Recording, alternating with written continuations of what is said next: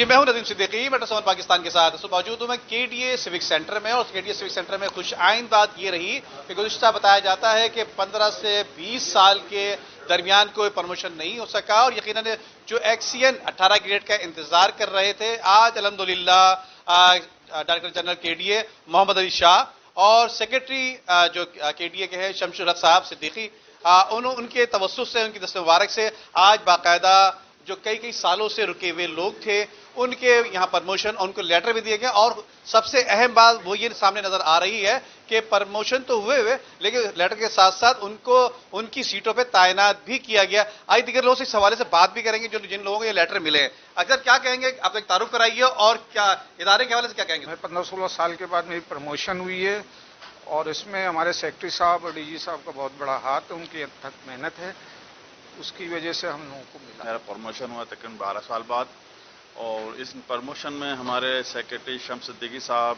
DG KDA محمد علی شاہ صاحب کا بہت بڑا کردار ہے، اور KDA کی تاریخ میں اتنی بھرپور انداز میں پروموشن میری 36 سالہ سروس میں نے نہیں دیکھا۔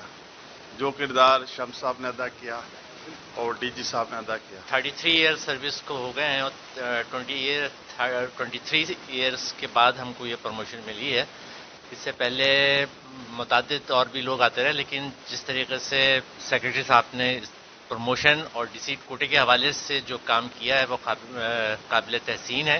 پہلی بات آپ نے کی کہ کس سے اتنے عرصے کے بعد 20-22 سال کے بعد میں 2018 سے فیڈرل گورنمنٹ میں تھا، واپس آیا اور میں نے KDA جوائن کیا، تو مجھے عجیب سے محسوس کرتا تھا کہ جو لوگ 84، 85، 86 میں ہمارے ساتھ تھے آج بھی چپراسی ہیں، پروموشن نہیں ہے، بے ضابطگیاں ہیں، اور مجھے دعا کرتا تھا اللہ تعالیٰ مجھے ایسا کوئی موقع دے کہ میں ان کی مدد کر سکوں۔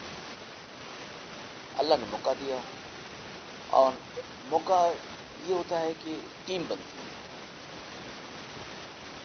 میں نے یہ چیز اپنے DG صاحب کو بتائی، انہوں نے کہا کہ میرٹ پر ہوگی، میں نے سب کو میرٹ پر ہوگی، کسی بغیر میرٹ کے میں نہیں کروں گا، ہر چیز رولز ریگولیشن فالو کروں گا اور اس کے بعد کروں گا۔ انہوں نے DG صاحب کی مہربانی محمد علی صاحب کی، انہوں نے کہا گوئے ہم نے کیے، ہم نے سرکٹ نکالا۔ KDA کی تاریخ میں پہلی مرتبہ میں نے DG's کوٹا کے کیس اٹھائے اور میں نے نوٹس بورڈ پر اس کو لگایا۔ ہمارے پاس پراپر نوٹس بورڈ نہیں ہے، تو لفٹوں کے دونوں لفٹیں 6 لفٹیں، ہر ایک لفٹ کے سامنے میں نے ہر فلور پر نوٹس آویزاں کیے، اور میں نے اس پر ٹائم لکھا کہ 1 ہفتے کے اندر اگر کوئی آدمی رہ گیا ہے تو مجھے بتائیں، میں اس کو کنسیڈر کروں گا۔ الحمدللہ، اور یہ میری پہلی تجارت تھی اللہ سے۔ اللہ نے قرآن میں کہا ہے کہ یتیموں کے سر پر ہاتھ رکھو۔ میری لالچ یہ تھی کہ اگر میں یتیموں کے سر پر ہاتھ رکھا ہوں تو میں بھی تو یتیم ہوں، اللہ میرے سر پر ہاتھ رکھے گا۔ مجھے اپنی قبر میں جانا ہے، میں نے اس کی تیاری کی تھی، مجھے اللہ کو راضی کرنا تھا، میں نے اس کی تیاری کی۔ ہر آدمی اپنی قبر میں جائے گا، اس سے سوال جواب ہوں گے، وہ اس کے لیے جواب دے۔ میں نے کم از کم اللہ کو راضی کرنے کے لیے کیا ہے، اور مجھے یقین ہے میرا اللہ مجھ سے ضرور راضی ہے۔ میرے پاس وہ لوگ آئے جن کو آرڈر ملے، رو پڑے، روئے کہ سر ہمیں تو پتہ بھی نہیں تھا، ہمارے گھر پر آرڈر ملا ہے۔ میں نے اللہ نے دیا ہے، میں نے نہیں دیا ہے۔ آپ لسٹ میں تھے، آپ میرٹ پر تھے، میں نے کسی کے ساتھ زیادتی نہیں کی، میں نے میرٹ کیے، آپ آ گئے، جی بسم اللہ، اللہ نے آپ کو دیا، آپ کا نصیب میں۔ اس کی پہلی مثال میں آپ کو DG's کوٹا کیا۔ DG's کوٹا کے جتنے آدمی تھے وہ آن بورڈ تھے ریلوے ایمرجنسی میں۔